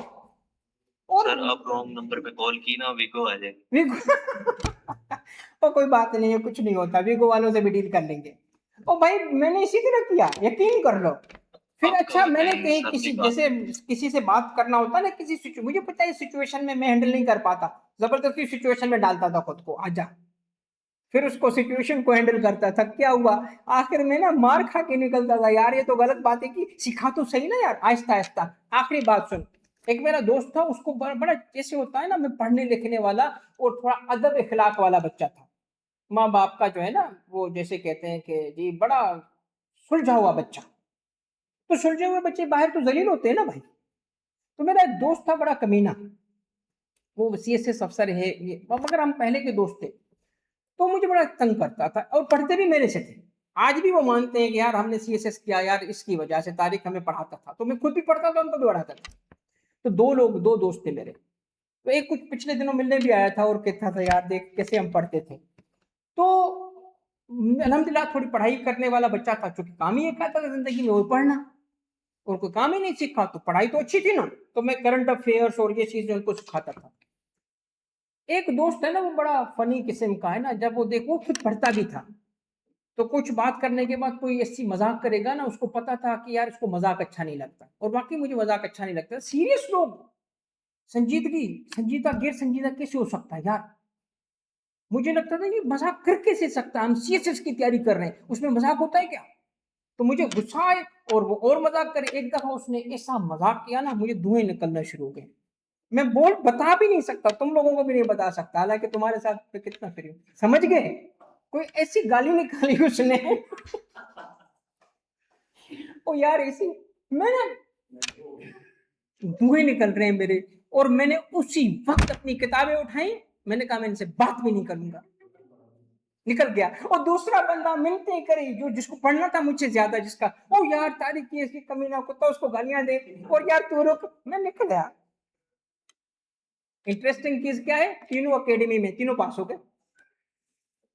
एकेडमी में अब होता क्या था भाई, एकेडमी में कौन पढ़ता है भाई, वो बड़ी कोशिश करते हैं पढ़ाने की, बड़ी कोशिश करते हैं, पढ़ते पढ़ते कोई नहीं है। हम एकेडमी में सीएसएस अफसर बनने के बाद क्या पढ़ना, हाँ तो वो ही निकर पहने हुए होते हैं, बैठे हुए होते हैं, फिर वो आ जाए मेरे पास। मैंने कहा यार अब मैं क्या करूं, मुझे इसके साथ 7 महीने गुजारने हैं। और फिर एक लगता है ना, मुझे इतना गुस्सा आता था उस पे कि यार ये किस किस्म का फजूल इंसान है। एक दिन ना ऐसे ही मैं बैठा हुआ हूं, मुझे उसका ख्याल आ गया और सडनली एक बात ज़हन में आई, उसकी अच्छाई है, इसमें भी अच्छाई हो सकती है क्या, तो शैतान है, शैतान। और वो जो गालियां जहन में आती है मैं उसको दे रहा हूं जहन में, इसमें अच्छाई कैसी हो सकती है। फिर दूसरा ख्याल आया, नहीं ये भी तो अच्छा ही है इसमें, अरे ये भी अच्छा ही है, ये भी अच्छा ही है, ये भी अच्छा है। फिर मुझे लगा नहीं नहीं नहीं नहीं भाई, वो तो बड़ा अच्छा इंसान है। ये हंसी मजाक इसलिए करता है बिकॉज लाइफ आपकी वरना मुश्किल हो जाती है। मैंने कहा रुक बेटा, मैं तो उसको जाविया ही गलत देख रहा हूँ उसका। हम हमेशा अपने आप को सही समझते हैं ना, कभी गलत समझ के देखो खुद को, जिंदगी संवर जाएगी। मैंने कहा यार मैं गलत हूँ, वो सही है, वो गालियां देता है सही करता है, रुक बेटा अब मेरी गालियां सुनना। मैंने कहा रुक बेटा अब देखना मैं भी चेंज हो गया हूँ।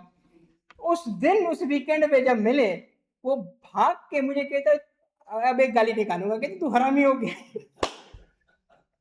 मैंने कहा रुक बेटा। अच्छा एक चीज और मुझे नहीं आती थी, डांस करना, अभी भी नहीं आता वैसे। उसको उसके बाद वो अभी ना घुटनों पे हाथ रख के मिलता है, कहता तू सही है गुरु, तोहफा कबूल करो। अब वो मानता है भाई, अली ये तेरे लिए बातें बता रहा हूँ बेटा।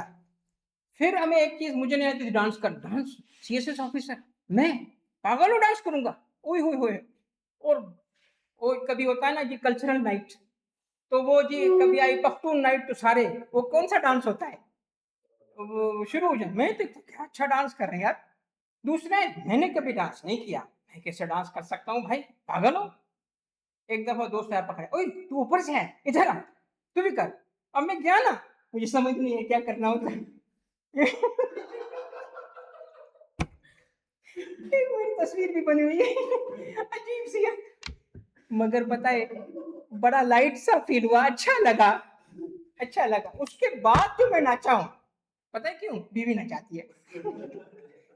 वो भाई जिंदगी है यार, इसमें कभी भी सीरियस ना लें। सीरियस किसको ना लें, खुद को ना लें।